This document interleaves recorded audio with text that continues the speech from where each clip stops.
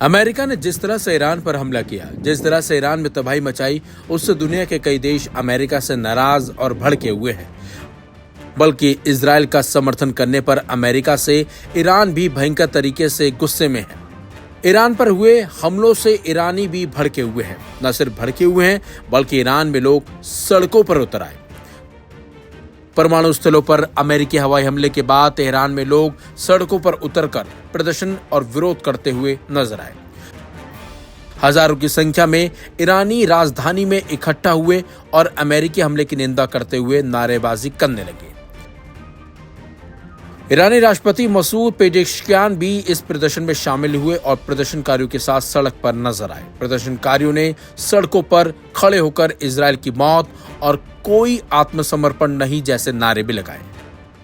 पूरे तेहरान इन नारों से गूंजने लगा था। आपको बता दें, ये अशांति और शीर्ष मिलिशिया कमांडर और एक पूर्व हिजबुल्लाह अंगरक्षक सहित इजरायली हमले में मारे गए लोगों के अंतिम संस्कार के समय में हुआ। शोक मनाने वालों ने झंडे में लिपटे ताबूत उठाए, जो पूरे ईरान में बढ़ते गुस्से और चुनौती का संकेत भी देते थे। जिस तरह से तेहरान में लोग सड़कों पर उतरे और जिस तरह से अमेरिका और इजराइल के खिलाफ गुस्सा दिखा, इससे साफ है कि लोग अपने देश के साथ खड़े हो गए हैं।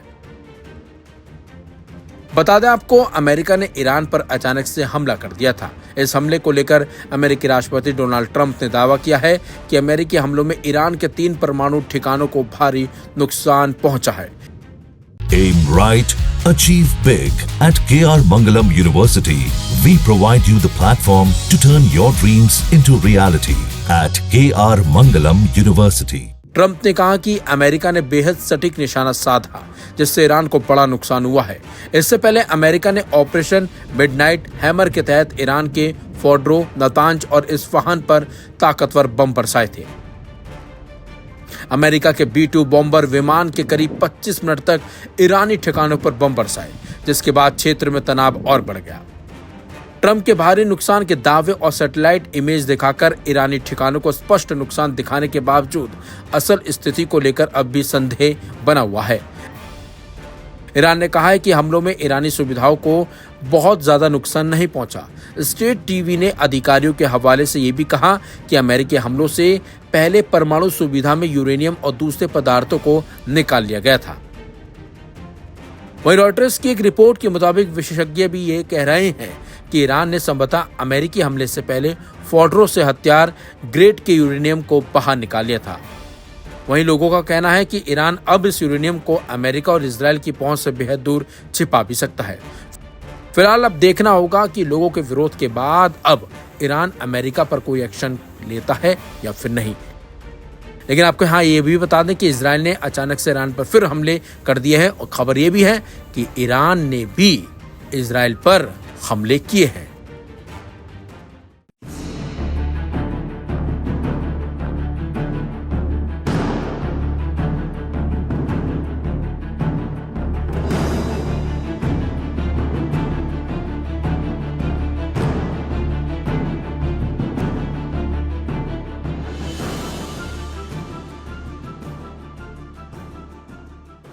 ईरान और इजराइल के बीच चल रही जंग में अमेरिका की एंट्री से हालात और ज्यादा बिगड़ गए हैं। ईरान के सबसे सुरक्षित परमाणु ठिकाने फोर्डो न्यूक्लियर प्लांट पर अमेरिका ने हमला किया है। अमेरिका के राष्ट्रपति डोनाल्ड ट्रंप ने दुनिया के सामने ये दावा किया कि ईरान की सभी प्रमुख परमाणु साइटें पूरी तरह से खत्म कर दी गई हैं। लेकिन सवाल उठता है कि क्या वाकई फोर्डो जैसे मजबूत और गहराई में बने ठिकाने को इतनी आसानी से नष्ट किया जा सकता है? अमेरिकी राष्ट्रपति डोनाल्ड ट्रंप ने दावा किया कि ईरान के प्रमुख परमाणु साइटें पूरी तरह से तबाह कर दी गई हैं। लेकिन ईरानी मीडिया में जो खबरें सामने आई वो कुछ और ही तस्वीरें पेश कर रही हैं। ईरानी अधिकारियों के हवाले से कहा गया कि फोर्डो न्यूक्लियर प्लांट को अमेरिकी हमले से कोई बड़ा नुकसान नहीं हुआ है, क्योंकि हमले से पहले ही इस साइट को खाली कर दिया गया था। अधिकारियों का दावा है कि हमले की आशंका पहले से ही महसूस कर ली गई थी और इसी वजह से ईरान ने अपनी अहम परमाणु संसाधन को समय रहते सुरक्षित स्थानों पर शिफ्ट कर दिया था। बिस्मिल्लाहिर्रहमानिर्रहीम। ट्रंप ने ऐलान किया कि हमने ईरान पर हमला कर दिया और हमला हमारा इतना शदीद था और 3 हमारे ईरान के जो न्यूक्लियर साइट है, नेटैंज, इस्फहान और फोर्दो, वो तकरीबन तबाह हो गए हैं और हमारी फाइटर जेट्स और हमारी मिलिट्री इतनी मजबूत है और फला है और अभी खुदा हाफिज अभी हम लोग जो हैं जंग में शामिल नहीं होना चाहते हैं और हमारा काम खत्म हो गया। अजीब चीज़ है। सबसे पहले तो ये वीडियो देखें। इस वीडियो में ईरान के चैनल 3 के जो एंकर हैं वो खुद डिस्कस कर रहे हैं हमले के बाद। वो कह रहे हैं कि ये हमले के अंदर कोई एटलीस्ट फोर्दो की बात अभी हमारे सामने आई है, दूसरे भी अभी सामने आएगी। फोर्दो के ऊपर कोई प्रॉब्लम नहीं हुआ है। तस्नीम न्यूज का ये इमेज भी आपके साथ शेयर कर रहे हैं।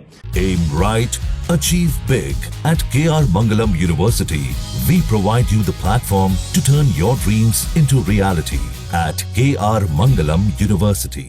कि तस्नीम न्यूज की इमेज है जहां पर कह रहे हैं फोर्दो पे कोई असर नहीं हुआ है। एक वीडियो भी आपके पास शेयर कर रहे हैं कि इस वीडियो में बता रहे हैं कि फोर्दो की जो साइट्स हैं वो बिल्कुल सेफ हैं और वहां पर कोई धुआं या कोई आग लगी हुई नजर नहीं आ रही है। तो ये नहीं कह रहे हैं कि वहां हमला नहीं हुआ, लेकिन ये जो उनका था कि भाई हमला हमारा बॉम्ब दुनिया में इतना बड़ा है, वजन है, फला है, कुछ भी ऐसा हुआ नहीं है। पहली चीज तो ये। दूसरी चीज ये है कि अमेरिका ने ऐसा क्यों किया। अमेरिका चाहता था कि एक सेफ एग्जिट हो जाए। वो अपनी इज्जत बचा के निकलना चाह रहा है यहाँ से, क्योंकि वो डायरेक्ट ईरान से अगर हमला लड़ाई करता है तो उसके बहुत नुकसान उठाना पड़ेगा। तमाम एक्सपर्ट्स ने उसको ये कहा है कि अमेरिका ने जब खुल के हमला किया है तो अमेरिका को तैयार रहना चाहिए कि ईरान खुल के इसका जवाब देगा। ये बिल्कुल क्लियर होना चाहिए। अमेरिका ने ये शुरू किया है और ईरान इसे खत्म करेगा। तो पहली चीज ये है कि कुंभ में सब लोग सेफ हैं, कोई प्रॉब्लम नहीं है। दूसरी चीज ये है कि फेक न्यूज ना सुने। फेक न्यूज में आ रहा है कि ऐसा हो गया, वैसा हो गया, तबाह हो गया, फला हो गया। कुछ नहीं हुआ। Iran is very strong. America अपने घुटने पर आ गया है और अमेरिका के पास चॉइस नहीं है कि इस वक्त अमेरिका क्या करे। ये अमेरिका के पास चॉइस नहीं है, इसलिए अमेरिका चाह रहा है कि सेफ एग्जिट ले ले, लेकिन उसे सेफ एग्जिट नहीं मिलेगी। Wait and watch, Iran is coming. चलिए जानते हैं कि फोर्डो प्लांट की ऐसी क्या खासियत है जिसकी वजह से अमेरिका को जंग में कूदना पड़ा। 22 जून 2025 की सुबह अमेरिका ने ईरान के 3 बड़ी परमाणु साइटें फोर्डो, नतांज और इस्फहान पर हमला करने का दावा किया। इस हमले में अमेरिका ने अपने सबसे खतरनाक बम GBU-57 MOP का इस्तेमाल किया, जिसे आम भाषा में बंकर बस्टर कहा जाता है। फोर्डो न्यूक्लियर प्लांट ईरान के कोम शहर के पास एक पहाड़ी के नीचे बना हुआ है। यह जमीन से लगभग 80 से 90 मीटर गहराई में स्थित है। इसे इतनी गहराई में इसलिए बनाया गया ताकि यह किसी भी बमबारी से सुरक्षित रह सके। 2009 में पश्चिमी देशों की खुफिया एजेंसियों ने इसका पता लगाया था। इससे पहले यह पूरी दुनिया की नजरों से छिपा हुआ था। इससे पहले इजराइल ने भी फोर्डो को निशाना बनाया था, लेकिन कोई बड़ा नुकसान नहीं कर पाया। IAEA यानी अंतर्राष्ट्रीय परमाणु ऊर्जा एजेंसी का मानना है कि फोर्डो की गहराई और मजबूत सुरक्षा प्रणाली से इसे हमलों से बचाया जा सकता है और यह बची रहती है।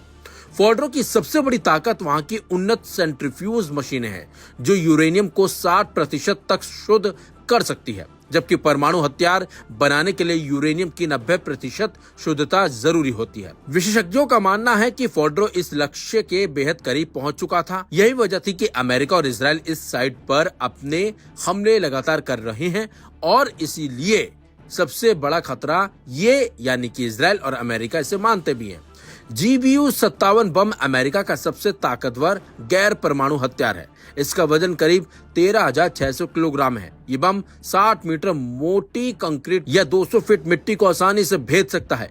ये बम GPS से निर्देशित होता है। इसे B-2 स्टील्थ बम्पर से छोड़ा जाता है, जो दुश्मन के रडार में आए बिना सटीक हमला करता है। हालांकि फोर्डो की गहराई GBU-57 की सामान्य सीमा से भी ज्यादा है।